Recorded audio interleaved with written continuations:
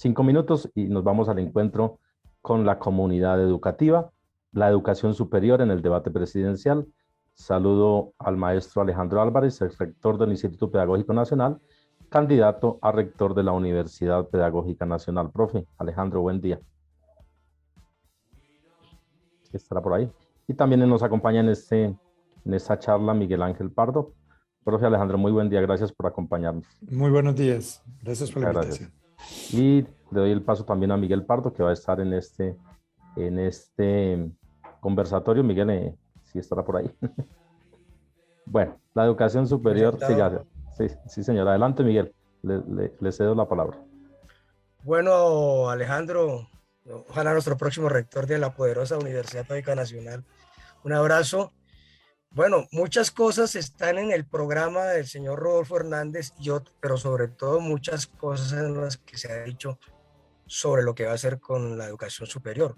Me preocupa en particular dos asuntos. El primero, lo que tiene que ver con el cambiar el derecho por la dádiva, al plantear, por ejemplo, en la entrevista del 5 de junio con su fórmula vicepresidencial, que él con su sueldo podría garantizar 30 bequitas y le diría a los empresarios que hicieran algo similar. Pero mientras tanto está diciendo que va a negociar con las universidades privadas, por supuesto, con base en el presupuesto público de la universidad, a cómo le dejan la carrerita a esas universidades privadas, que fue lo que dijo el 5 de junio, no importando que la universidad pública se constituye la de más alta calidad.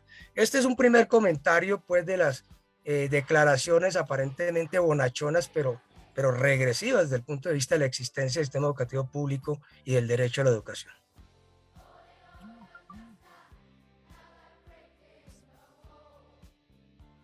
Bueno, Miguel, gracias por la invitación al programa. Pues yo digo, para comenzar, que si no fuera por lo dramático y realmente peligroso de las afirmaciones y propuestas del señor Rodolfo Hernández para la educación superior, en general para la educación, si no fuera por lo dramático de esas aseveraciones y esas propuestas, pues uno lo que tendría es que reírse, ¿no? Produce hilaridad muchas de sus propuestas y comentarios, pero es que ya pasa y raya digamos, yo digo con la torpeza, pero sí es cierto que pone en riesgo la institucionalidad y la estabilidad del país, porque le da unos giros. Es cierto que si las cosas que él dice se pudieran hacer, pues entramos en una fase de desinstitucionalización del Estado. Es cierto que nosotros tenemos un Estado neoliberal y que todavía no hemos dado los pasos que la Constitución nos dijo que podíamos dar para tener un Estado social de derecho. Es verdad, porque hubo unas políticas regresivas que, digamos, o frenaron o echaron para atrás muchos de los avances que teníamos en la Constitución del 91. Pero este señor nos pondría digamos, en el filo del caos institucional. Yo digo que las propuestas de él son propuestas no pensadas, son intuitivas, son emocionales, son de momentos, son coyunturales, son de espasmos, ¿no? Propuestas espasmódicas que se le ocurren y que entonces él, de acuerdo como una conversación de cocina, él va soltando cosas y va diciendo. Si uno mira el programa donde se supone que radicó como candidato, donde se supone que ya están las propuestas, ya más allá de sus comentarios irresponsables en redes, porque no ha querido dar debates, más allá de esos comentarios irresponsables, ahí hay unas cosas de todas maneras preocupantes. Yo diría dos, básicamente, Miguel, y a la audiencia toda. Dos cosas preocupantes. Una, basa su propuesta en el principio de lo que él llama la medición, la evaluación, para controlar lo que él llama eficiencia en una lógica que es claramente gerencial, digamos, la lógica de la educación como un proceso de gerencia de las instituciones. Entonces, esa lógica gerencial, él la afirma y la tiene allí explícita. Es evaluemos, midamos, controlemos y con base en eso tomemos decisiones. Por ejemplo, todo el tema del sistema de aseguramiento de la calidad. El sistema de aseguramiento de la calidad es una estrategia peligrosísima que se ha venido implementando desde lo que va corrido del siglo XXI, que son mecanismos de control, seguimiento, pero no de financiación y no de fomento de la educación superior.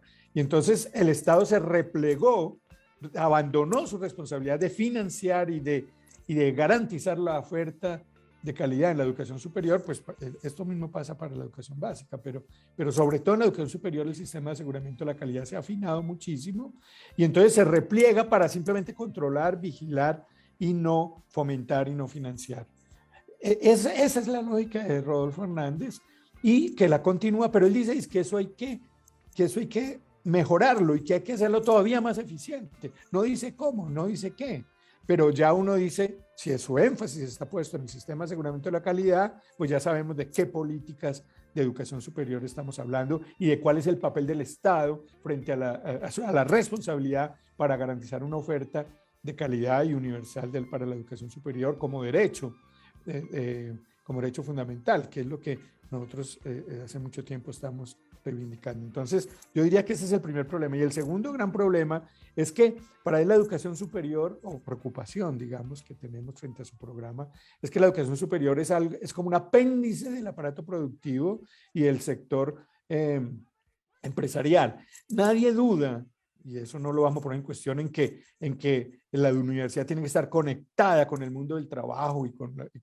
claro, tenemos que formar profesionales capaces, con idóneos, digamos, competitivos, si se quiere, eso nadie lo duda. Pero es que el problema es que en la propuesta de Rodolfo hay una supeditación de las políticas de educación superior a la lógica y a los intereses empresariales. Entonces, y cuando decimos empresariales, uno se pregunta, ¿qué empresarios? ¿Sí? Porque el empresariado tiene todo tipo de niveles, digamos, desde los grandes cacaos, ¿no? Incluyendo las multinacionales hasta los pequeña, mediana industria, que, por ejemplo, el programa de Petro ya sabemos que hace una apuesta clara por fomentar el desarrollo industrial, la productividad, pero con énfasis en la producción nacional y con énfasis en los pequeños y medianos empresarios, incluso los grandes sin garantizar, siempre y cuando se garantice que haya una inversión en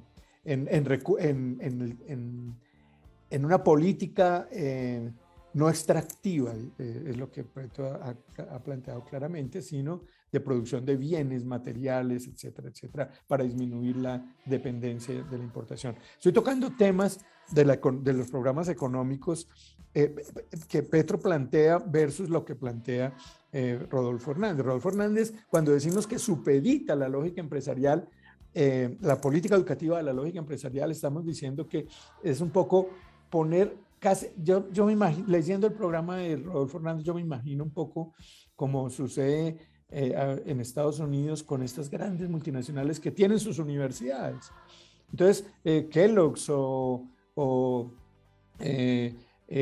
McDonald's o esas grandes multinacionales tienen sus universidades y ahí preparan sus trabajadores, pero el concepto de universidad y de educación superior se empobrece demasiado, porque es una fábrica de producir, son fábricas, ¿sí? Son apéndices de las fábricas, más o menos la lógica que yo leo en el programa de Rodolfo Hernández.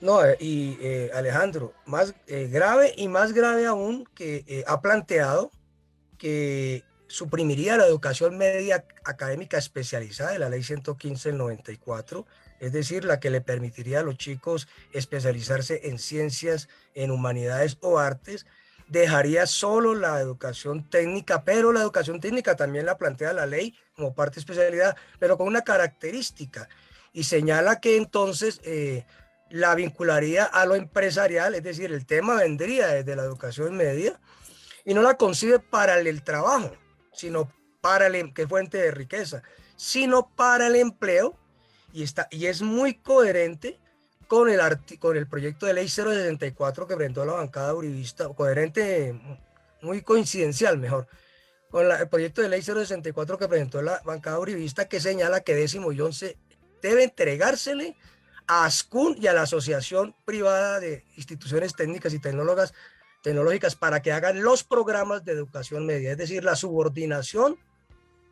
al empresariado desde 10º y 11, pero como dices tú, no cualquier empresariado.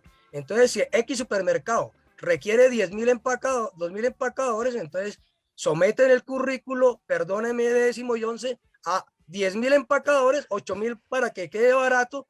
Y eso, es decir, es para ese tipo de empresas, es decir, no es para el trabajo, no es para la producción nacional, no son las especialidades que requiere el desarrollo nacional y bienestar de la población. Absolutamente de acuerdo. Y esas son declaraciones que hace el 5 de junio y muy poco ética la señora candidata a la vicepresidencia, porque como está en una universidad privada, ya está preguntándole el señor Rodolfo que averigüe cómo le saldrían, repito, las bequitas, a cómo le dejarían las carreritas, perdón, en esa universidad privada. Como dices tú, y recordando al maestro Serrat en las macarras de la moral, si no fueran tan temibles nos darían risa, si no fueran tan dañinos nos darían lástima, porque como los fantasmas son sin pausa y sin prisa, no son nada si se les quita la sábana. Es decir, esto es una cosa absolutamente regresiva, 200 años de regresión.